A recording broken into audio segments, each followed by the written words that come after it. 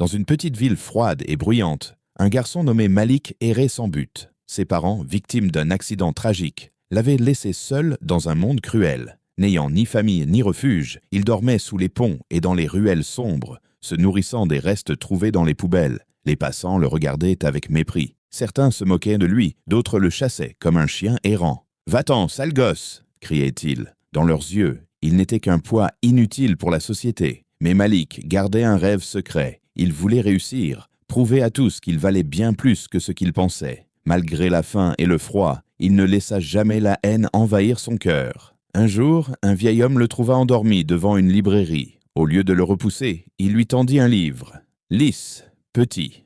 La connaissance est la clé de ton avenir. » Malik, curieux, accepta. Ce fut le début d'une transformation. Il passa ses journées à lire dans la bibliothèque publique, apprenant tout ce qu'il pouvait sur les affaires et l'entrepreneuriat. Adolescent, il trouva un petit travail, économisant chaque centime. Petit à petit, il lança sa propre entreprise en réparant de vieux téléphones et en les revendant. Son intelligence et sa détermination firent le reste. Des années plus tard, Malik devint un homme riche et respecté. Il acheta même l'immeuble où, autrefois, on l'avait chassé comme un mendiant. Il organisa un grand événement et invita toute la ville. Ceux qui l'avaient méprisé furent stupéfaits de voir qu'il était désormais un grand entrepreneur. Lorsque les anciens moqueurs vinrent s'excuser, Malik leur sourit et dit « Ce n'est pas la richesse qui fait un homme, mais la manière dont il traite les autres. » Ce jour-là, il n'avait pas seulement prouvé sa valeur, il avait aussi donné une leçon d'humanité à tous.